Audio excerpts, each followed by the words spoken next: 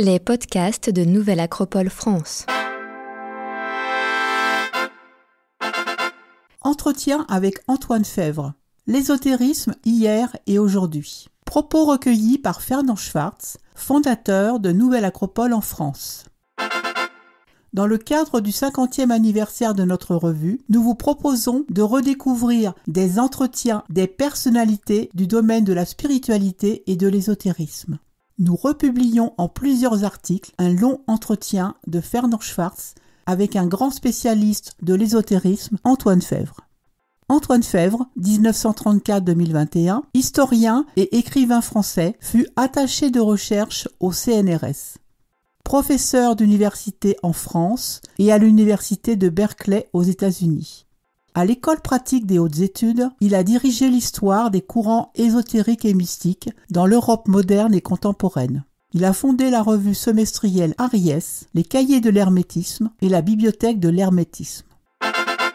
L'intérêt immédiat aujourd'hui, c'est de favoriser une herméneutique au sens de déchiffrement incessant des choses, de découverte des rapports qui existent entre les œuvres, les hommes, les différents niveaux de réalité. Fernand Schwartz, philosophe et auteur de nombreux ouvrages, a interrogé Antoine Fèvre sur l'ésotérisme. Cet article fait suite aux articles publiés les 3 derniers mois et aborde l'ésotérisme aujourd'hui. L'actualité de l'ésotérisme. Fernand Schwartz. L'ésotérisme a-t-il une utilité aujourd'hui? Antoine Fèvre. L'utilité de l'ésotérisme aujourd'hui est évidente. Cette forme de pensée, qui fonctionne sur la polysémie, la pluralité de niveaux de réalité, est de nature à ouvrir les curiosités dans le sens de la tolérance. Elle est par nature transdisciplinaire, elle ouvre à une culture qui n'est pas seulement érudition, mais gai savoir. Le fait de se plonger dans son corpus immense ouvre notre esprit et notre curiosité. Hermès Mercure y est présent, le dieu de la mémoire et des langues, le dieu des communications, qui transmet les messages de l'Olympe sur la terre, de la terre aux dieux, des dieux entre eux, qui fait passer de l'Hadès, du monde des morts au monde des vivants. L'intérêt immédiat aujourd'hui, c'est de favoriser une herméneutique au sens de déchiffrement incessant des choses, de découverte des rapports qui existent entre les œuvres, les hommes, les différents niveaux de réalité. Fernand Schwartz. On ne peut donc pas associer l'ésotérisme à l'occultation ou à une manière de cacher des choses. Antoine Fèvre. Pratiquement, le mot ésotérisme a 3 sens qu'il faut bien distinguer. D'abord celui de doctrine cachée, d'enseignement secret réservé à des disciples choisis. Les ésotéristes cultivent volontiers le mystère, mais leurs mystères sont généralement des secrets de polichinelle, car tout ce que les ésotéristes ont dit se trouve dans des livres.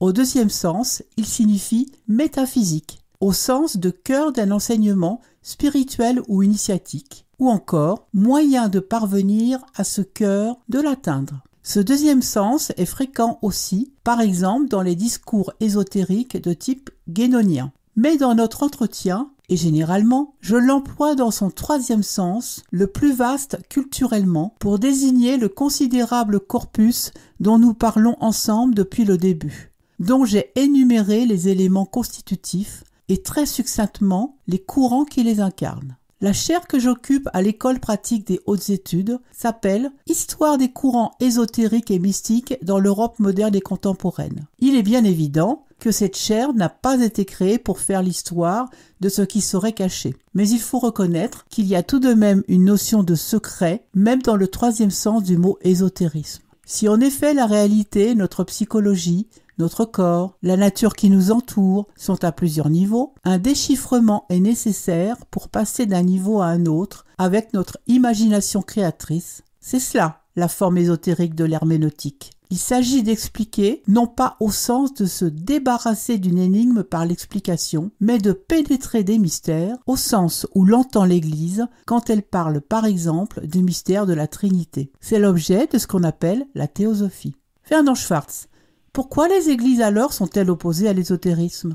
Antoine Fèvre. D'une part, en raison de ses pathologies. Mais toute forme de pensée n'a-t-elle pas sa pathologie? La pathologie de la forme de pensée qu'on appelle la science, c'est le scientisme. La pathologie de la forme de pensée qu'on appelle la théologie, ce sont certaines formes de scolastique. Et la pathologie de l'ésotérisme, c'est le délire analogique si fréquent dans maintes formes d'ésotérisme trivial. À partir du moment où l'idée des correspondances s'exerce n'importe comment, tout correspond à n'importe quoi, et n'importe quoi à tout. Il y a des délires interprétatifs, et les pathologies sont toujours plus visibles que ce qui est sain.